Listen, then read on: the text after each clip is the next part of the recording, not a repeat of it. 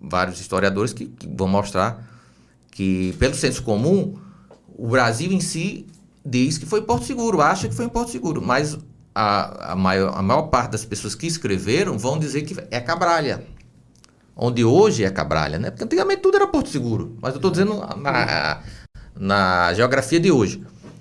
Mas, apesar de haver esses pesquisadores que dizem isso, que a maior parte diz que é Cabralha, então, como a minha pesquisa ela vai dizer algo que é bem parecido, mas ao mesmo tempo não é, porque o ponto que eu identifiquei é exatamente na divisa entre Cabralha, Santa Cruz Cabralha e Porto Seguro, que é justamente a enseada de Mutá. É ali exatamente.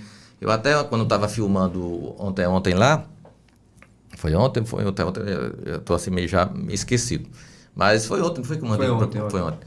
Quando eu fui filmar lá, eu fiz a medição batimétrica lá, deu 9 metros cabalmente no lugar onde se diz a carta, que Pero Vaz de Caminha diz claramente. Na verdade, não é só Pero Vaz de Caminha que escreve sobre o descobrimento, tem a carta do mestre João, tem a carta do piloto anônimo, mas só que Pero Vaz de Caminha diz mais detalhes. Inclusive, o detalhe que ele diz é que quando saíram daquele rio, do primeiro desembarque, que é ao sul, a 10 léguas ao sul de Porto Seguro, eles houve uma tempestade, vieram para um Recife e entraram, meteram, né? Lá até hoje em Portugal, o verbo meter é muito incisivo, né? Entrar, né? Foi, meter, ainda está no português bem arcaico, bem português de Portugal, né?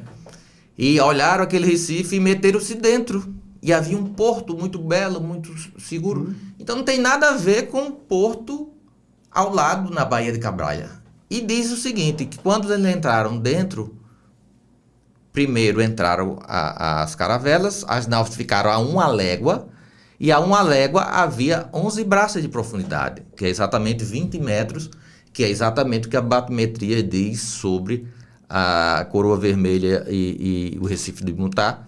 A 1 légua, 5,5 quilômetros, são 20 metros de profundidade cabalmente, não há dúvida. E aí quando diz que depois as naus que estavam lá, mais recuadas, porque quem primeiro entrou as caravelas para ver se tinham profundidade, porque os navios as caravelas eram 3 metros de calado e as naus maiores eram 4,5 metros. Quando entraram dentro, mediram dentro do Recife 9 metros de profundidade. Então, assim, fazendo só essa introdução, a minha pesquisa gira muito em termos disso, né? Do Rio Caraíva, que está a 10 léguas exatas ao sul do Recife da Coroa Vermelha. E a batimetria do Rio Caraíva é a mesma, é dito lá que haviam 16 metros, que são 9 braças. E quando se sobe, chega-se ao Recife da Coroa Vermelha, eles entram dentro, e quando eles entram dentro, diz assim, era tão bonito, tão formoso, que podiam caber mais de 200 navios.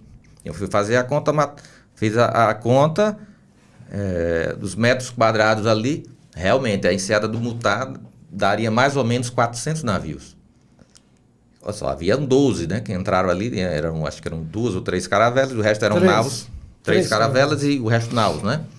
E aí, quando entraram, aquelas 12 ficaram ali, mas o cronista diz claramente, poderiam caber mais de 200.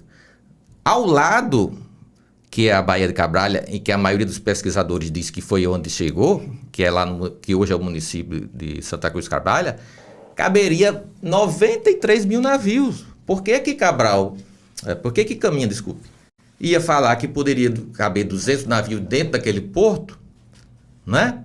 E ser a Baía de Cabralha aqui que pode caber 93 mil. Você está entendendo? Então, esse é um dado que até hoje a história não observou.